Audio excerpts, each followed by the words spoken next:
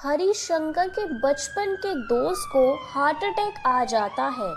Harishankar hospital पहुंचते हैं। अरे यार घनश्याम, देखना तू जल्दी ठीक हो जाएगा, चिंता मत कर।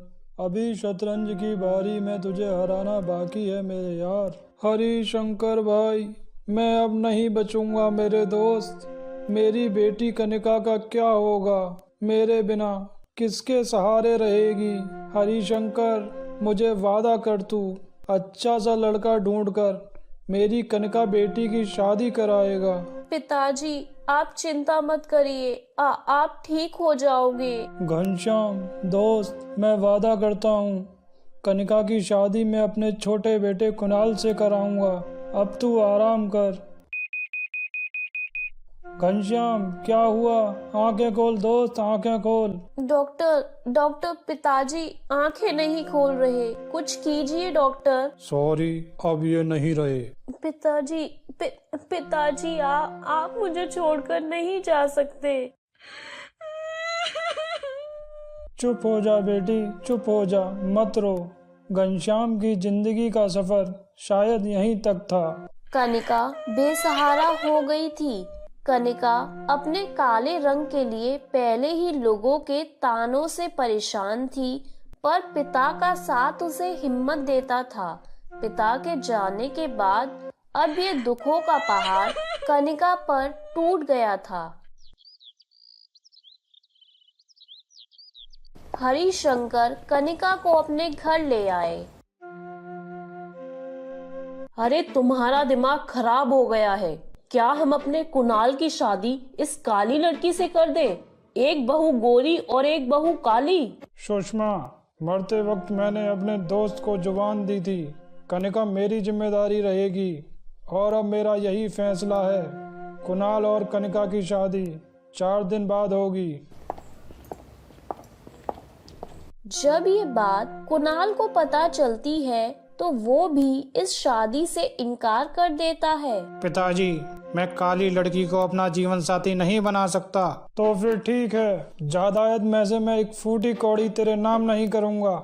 जहाँ जाना है चला जा। कुणाल गुस्से में अपने कमरे में आ जाता है।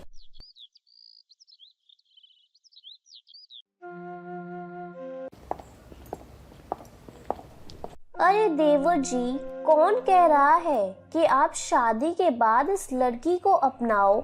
एक बार शादी हो जाने दो, उसके बाद किसी आसान तरीके से रास्ते का कांटा साफ कर देंगे। अभी पिताजी गुस्से में हैं। अगर जायदाद से बेदखल कर दिया तो हाथ में कुछ नहीं रहेगा। शादी के लिए हाँ कर दो। प्रीति घर की बड़ी बहू थी, इसलिए अपने गोरे रंग रूप पर इतराती थी। कुणाल प्रीति की चालाकी भरी बातों को समझ जाता है और 4 दिन बाद कुणाल और कनिका की शादी हो जाती है। शादी के बाद एक सुबह, माँ जी, ये आपके लिए चाय लाई थी। अरे मैंने तुझे कितनी बार मना किया है, अपनी मनुष्य शक्ल लेकर सुबह सुबह मेरे सामने मत आया कर। मेरी गोरी और सुंदर बहू कहाँ है जिसके कमरे में आते ही उजाला हो जाए? माँ जी, वो दीदी भैया के साथ उदित के स्कूल गई हैं, इसलिए मैं चाय ले आई। अरे अब ये चाय भी अपने रंग जैसी काली बना लाई है, देखते ही उल्टी आ जाए। कनिका रोती हुई रसोई में चली गई।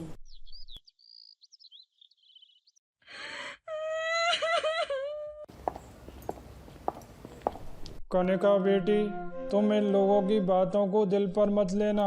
ये लोग सिर्फ ऊपरी दिखावे में विश्वास रखते हैं। पता नहीं, गलती शायद मेरी ही थी जो मैं तुम्हें इस घर में ले आया। हरिशंकर दुखी मन से वहाँ से चला जाता है। एक दिन बाद प्रीति के बेटे उदित का जन्मदिन था। सभी मेहमान आए हुए थे। प्रीति ने घर में ही बड़ी पार्टी का इंतजाम किया था। अरे प्रीति, सब लोग उदित के केक काटने का इंतजार कर रहे हैं भाई। उदित बेटा, चलो केक काटो। रुकिए भैया, मैं अपना कैमरा ले आऊं फैमिली फोटो के लिए।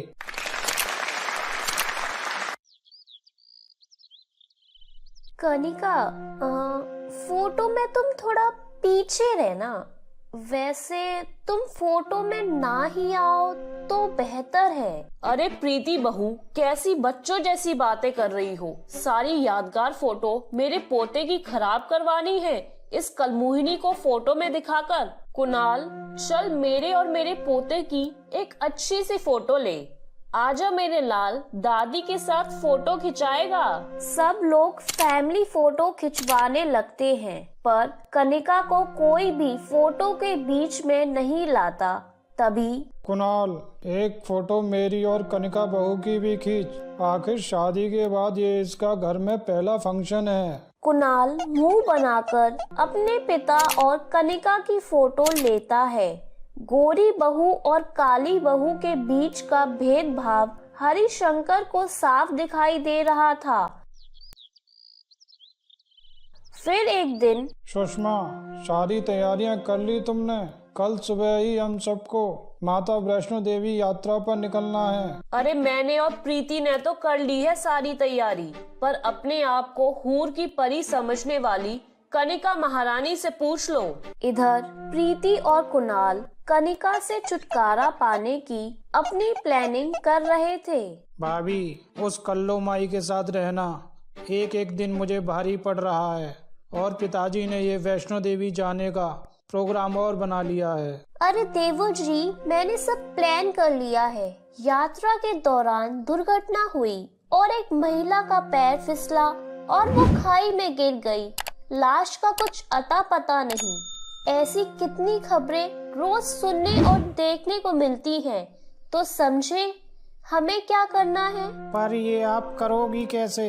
बस देखते जाओ देवर जी, आप मेरे इशारों को समझते रहना और काम हो भी जाएगा और किसी को पता भी नहीं चलेगा। प्रीति और कुणाल कनिका को मारने का प्लान बना चुके थे।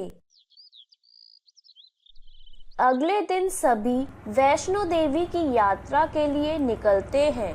सब मिलकर वैष्णो देवी की यात्रा शुरू करते हैं। अरे कनिका बहू, तुमने पैरों में चप्पल नहीं पहनी? पिताजी, मैं नंगे पैर ही माता रानी की यात्रा करूंगी। बाकी सब लोग मुंह बनाकर आगे बढ़ जाते हैं। चढ़ाई पर चलते चलते हरिशंकर और सुषमा ट्रॉली में बैठ जाते हैं। कुणाल और अमित तेज चलते हुए आगे बढ़ रहे थे। अमित, आप और देवर जी आगे आगे चलिए।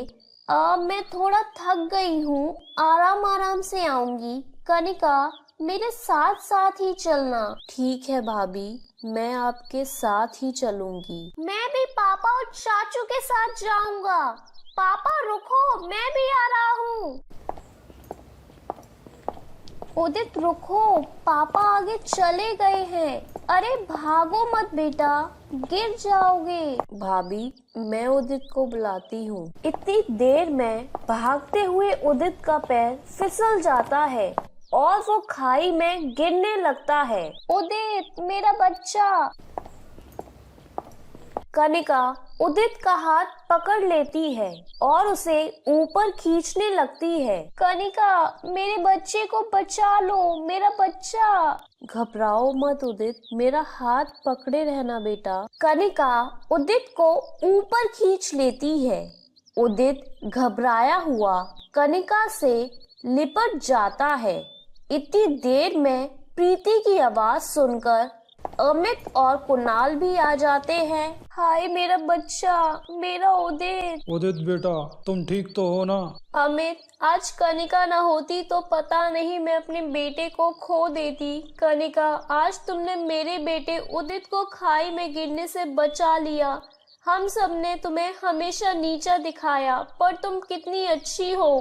कनिका, मुझे माफ कर दो। भाभी, रोना बंद करो प्लीज। आप मेरी बड़ी बहन जैसी हो, फिर मैं आपकी किसी बात का बुरा भला कैसे मानने लगी। ये सब देखकर कुणाल का सिर भी शर्म से झुक जाता है। कुणाल और प्रीति जानते थे कि वो क्या पाप करने की सोच लेकर ऐसे पवित्र स्थान पर आए थे। सब मिलकर माता वैष्णो देवी की गुफा में पहुंचते हैं। सुषमा और हरिशंकर को सारी बात पता चलती है। कनिका, मुझे भी माफ कर दे बहू। आज मैं माँ के दरबार के सामने तुझसे अपने बुरे व्यवहार के लिए माफी मांग रही हूँ। कुणाल कनिका एक साथ मिलकर माता के दर्शन करते हैं। कनिका की आंखों में खुशी के आंसू थे। आज माता की कृपा से उसे अपना परिवार मिल गया था और गोरी काली बहू के बीच का भेदभाव दिलों से मिट गया था। तो मेरे प्यारे दोस्तों, कैसी लगी आपको मेरी ये कहानी? मुझे कमेंट करके जरूर बताएं और इसे अपने दोस्तों के साथ शेयर करें। और हाँ दोस्तों, अगर आपने अब तक मेरे चैनल को सब्सक्राइब नहीं किया है तो जल्दी से नीचे वाला काला बटन दबाकर सब्सक्राइब कर लें। तो मिलती हूँ मैं आप सभी से फिर एक नई कहानी के साथ। तब तक के लिए आप अपना ध्यान रखें। बाय बाय दोस्तों।